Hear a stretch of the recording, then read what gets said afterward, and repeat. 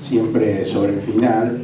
Decir es poco lo que se puede agregar, se han dicho muchas cosas importantes, pero hoy la verdad que lo vuelvo a decir, ya no es una muletilla, sino que efectivamente me parece que ha habido algunas intervenciones muy importantes y que avanzan mucho en el camino hacia la Carta 18.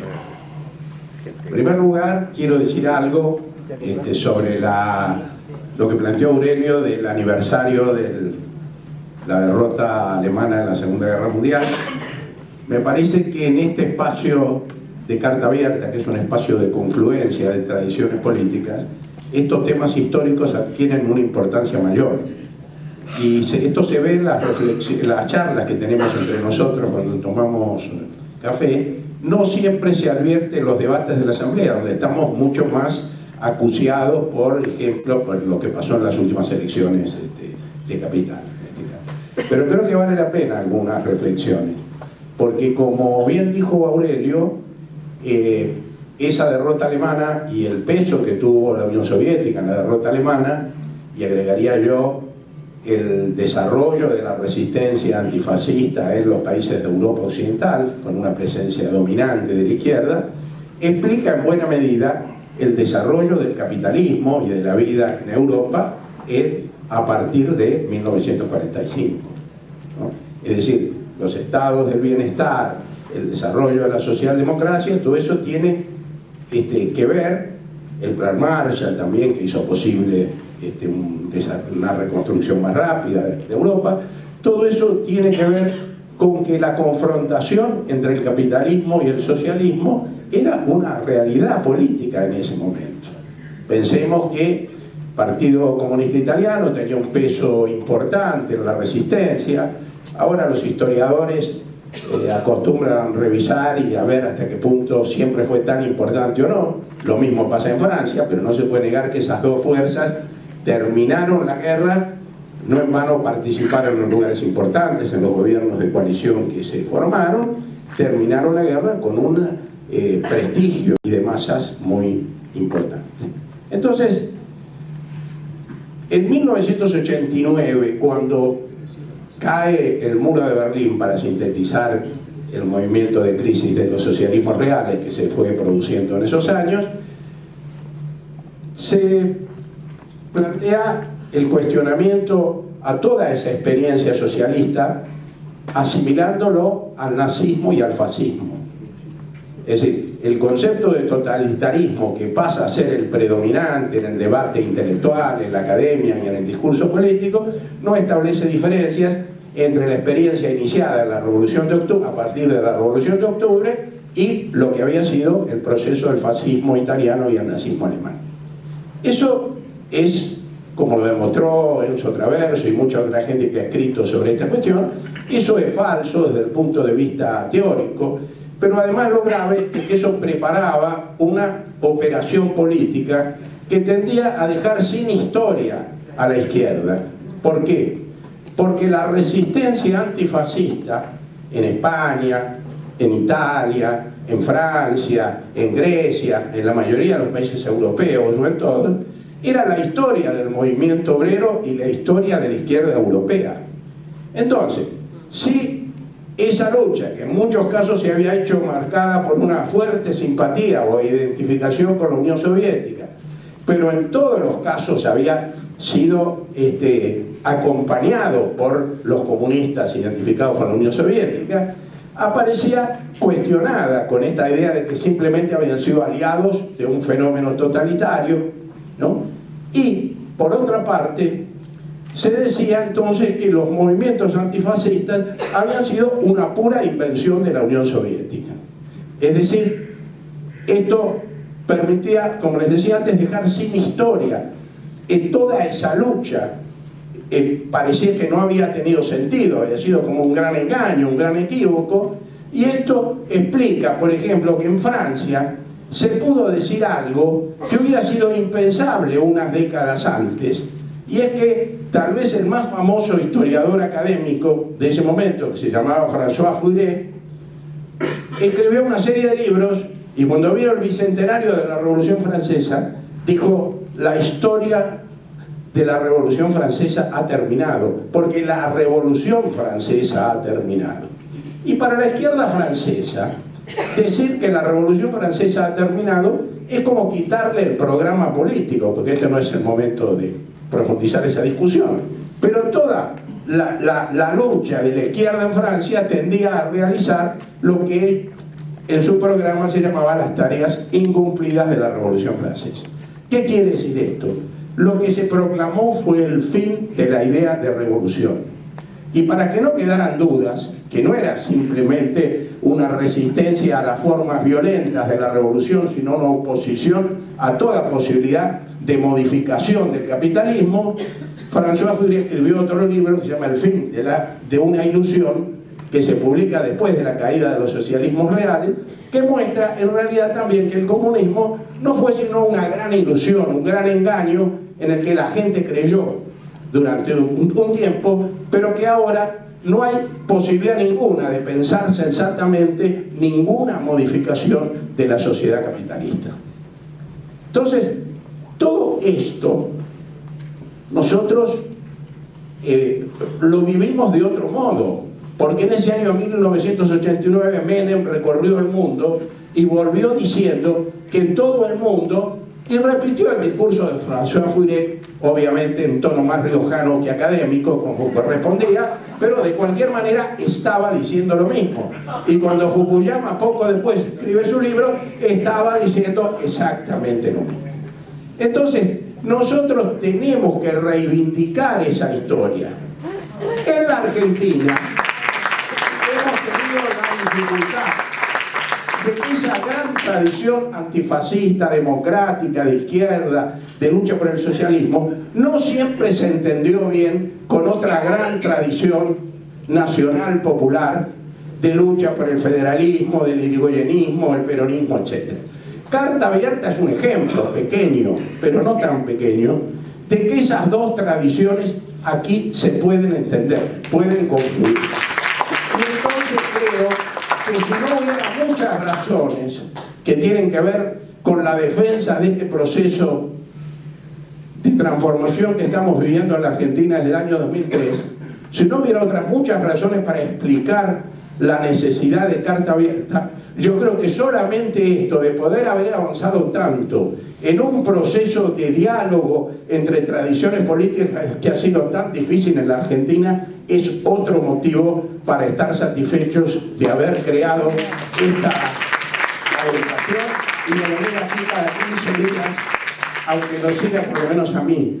Venir el sábado a la mañana me sigue costando tanto como el primer día, pero de cualquier manera todos venimos.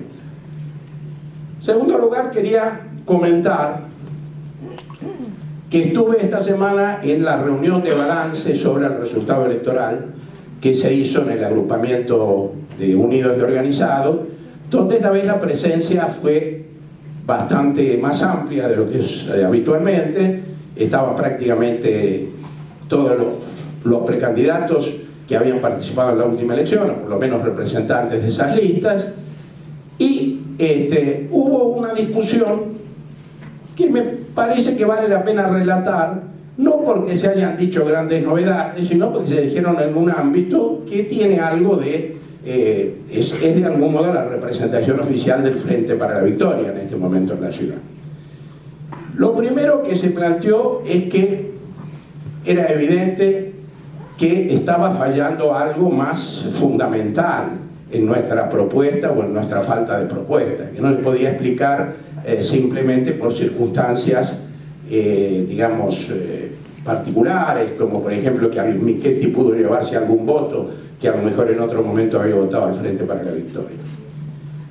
También fue bastante notable, no fue una expresión del conjunto, pero fueron muchos los compañeros que plantearon que el Frente para la Victoria tenía que dejar de hablarse a sí mismo, de hacer un discurso que tendía a fortalecer la propia fuerza y tenía que animarse a hablar con los demás, es decir, a tener un diálogo más abierto, reconociendo la dificultad de algunos problemas, la necesidad de convocar a los otros al diálogo, etc.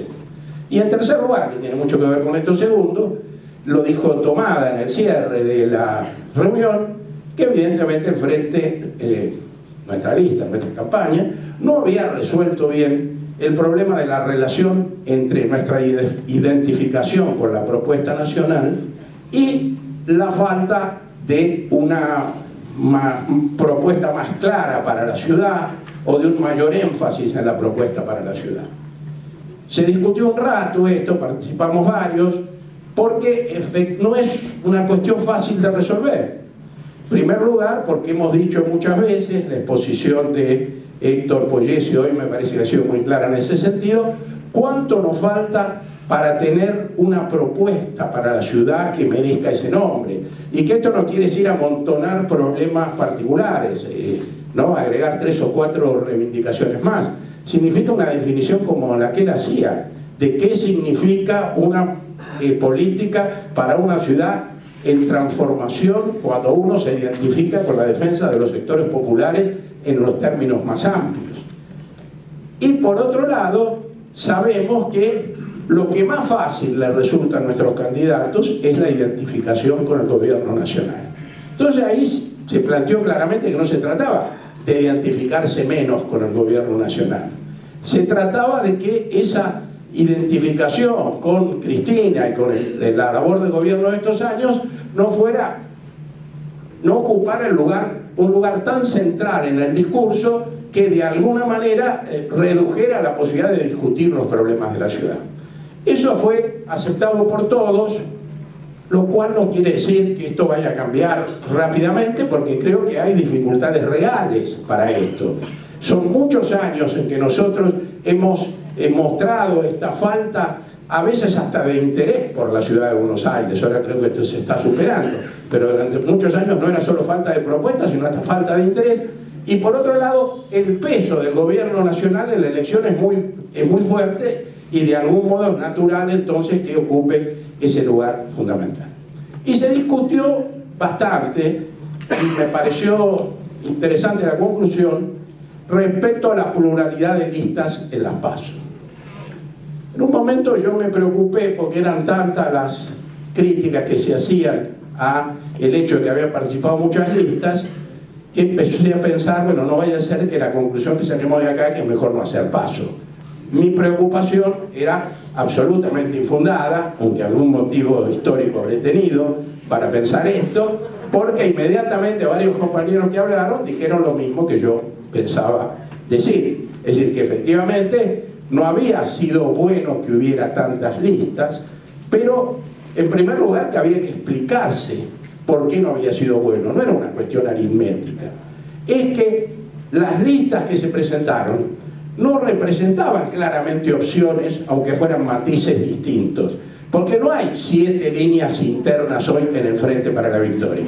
Si hubiera habido 2 o 3 listas con discursos diferenciados, eso hubiera permitido lo que ocurrió en su momento con las internas de otras fuerzas políticas, que cada una de esas fuerzas tracciona de algún modo distintos sectores, y eso suma para el conjunto.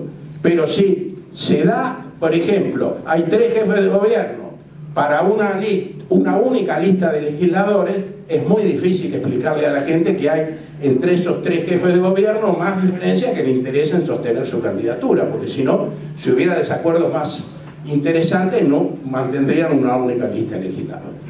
Bueno, yo pienso que esto es, de acá nosotros podemos sacar alguna enseñanza, porque esta discusión que se hizo el otro día en el Congreso del Partido Justicialista, o mejor dicho, lo que dijo la presidenta, porque el Partido Justicialista la discusión no fue muy extensa, digamos, acerca de la necesidad de que se reduzcan las listas de algún modo, yo creo que hay que leerla en el mismo sentido que se discutía en esta reunión de la ciudad.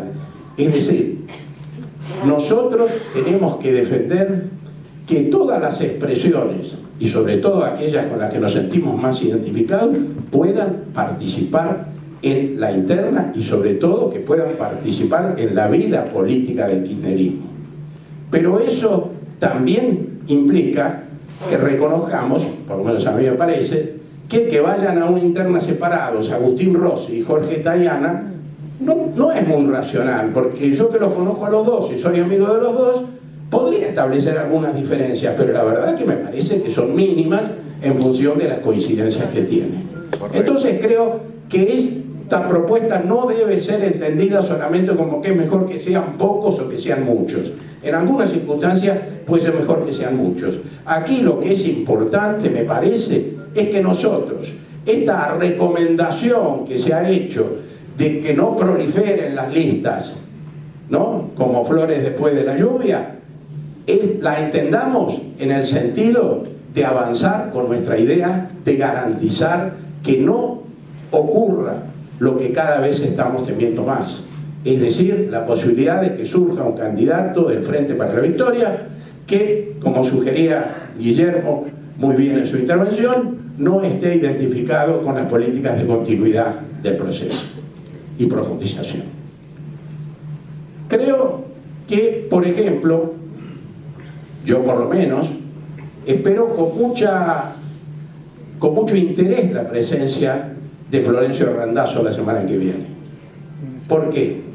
Porque creo que él, por las circunstancias, no por la elección de carta abierta ni por ningún concurso que se haya hecho a ver quién era mejor o peor candidato, por las circunstancias está puesto en un lugar en el que puede jugar un rol muy importante para posibilitar, junto con Tayana, con Rossi, con Uribarri, que el candidato que surja sea un candidato comprometido por lo menos comprometido con lo que se hizo en estos años y con la necesidad de defenderlo, continuarlo y profundizarlo. Esto quiero decirlo porque nosotros nos estamos moviendo ahora, como siempre en la política, por lo menos la política como la pensamos desde este lado, por un lado buscando las mayores afinidades con aquellos compañeros que tienen una historia común con nosotros y que además están comprometidos con el futuro como nosotros lo vemos. Pero al mismo tiempo, entre el abismo en el que no queremos precipitarnos y esta plena identificación ideológica con algunos compañeros, puede haber matices, y yo no estoy proponiendo absolutamente nada, porque primero quiero escucharlo al compañero que va a venir acá, y en segundo lugar quiero ver si ese acuerdo general puede lograrse o no. Lo que quiero decir es que este clima de exaltación ideológica, en el buen sentido del término, si es que tiene alguno que no lo sea, del que yo participo plenamente, no nos hace olvidar que estamos en un momento muy difícil, tanto en la ciudad, no voy a abundar sobre eso porque ya se ha dicho, como en la perspectiva de la próxima elección nacional. Este discurso que yo estoy empezando y ya me asusta un poquito, generalmente se usa para decir, compañeros, antes de que termine ganando la derecha, aceptemos cualquier candidato. Estoy diciendo exactamente lo contrario. Tenemos un candidato que sabemos que no debería ganar, que vamos a hacer el mayor de los esfuerzos porque no gane, porque no garantiza la continuidad del proyecto que hemos defendido en esta elección.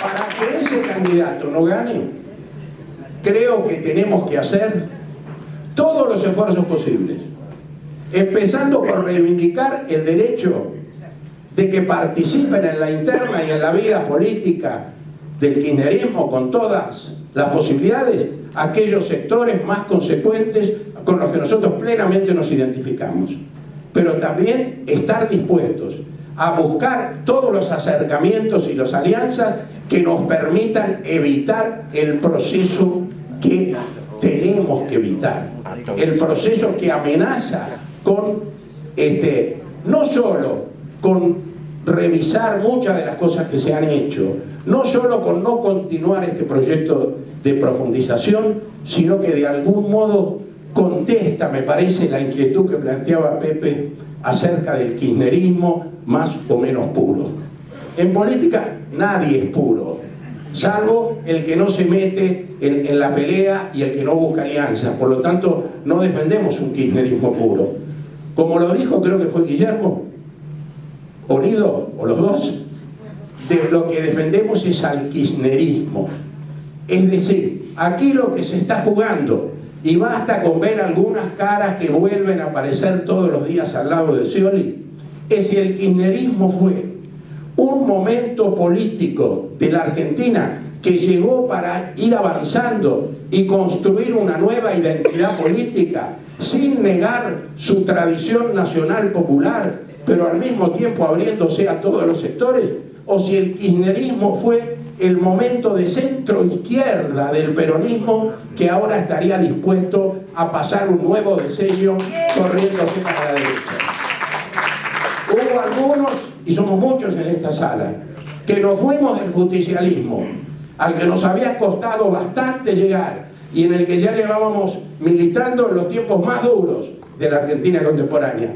Nos fuimos porque bajo la bandera del justicialismo no íbamos a aceptar participar en un gobierno de centro derecha. Me parece que esa sigue siendo la idea.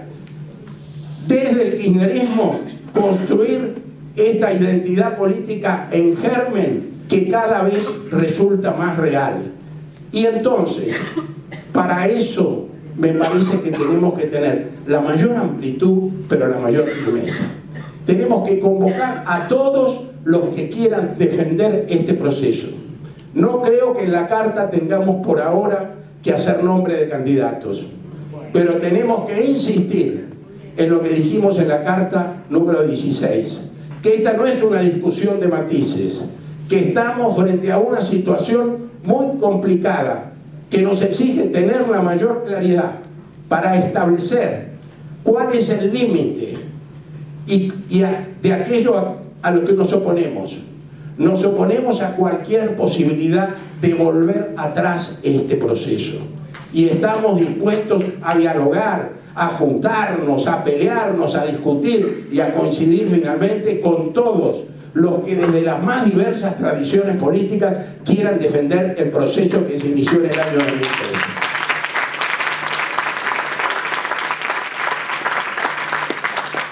¿Eh? 2003. Sí, inició en el 2000. Bueno, y yo creo que ese es el sentido de nuestra participación, y no quiero hablar en primera persona, en este proceso electoral. Siempre ha sido importante el Congreso de la Nación, y lo va a seguir siendo importante, de acuerdo a lo que es la estructura política y constitucional argentina. Pero ya tenemos demasiados elementos como para pensar que sea cual fuera el resultado electoral, con esta acumulación de poder que se está dando dentro del Frente para la Victoria, de muchos sectores en cuya vocación transformadora no tenemos ningún motivo para confiar, podemos tener la seguridad de que sea quien sea el próximo presidente, la situación no va a ser fácil. Si tenemos la fortuna de que el próximo presidente sea alguien identificado con la necesidad de continuar, va a necesitar desde el Congreso de la Nación y desde la calle, como decía Girotti fundamentalmente, un gran apoyo de todos los que estamos comprometidos con esa vocación de profundizar. Y si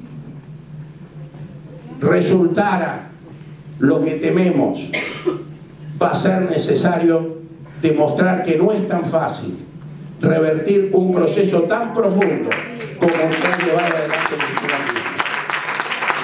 Y entonces espero que cada uno de nosotros, desde el lugar que le toque, pueda jugar un papel fundamental. A veces hay que ser oficialista, por más que a todos nosotros que tenemos una tradición que tiene más que ver con la adversidad política que con los cargos y los oficialismos, nos cuesta ser oficialistas.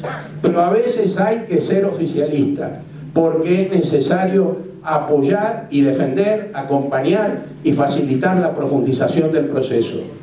Pero otras veces hay que animarse a decir, este es mi límite, esto yo no lo quiero.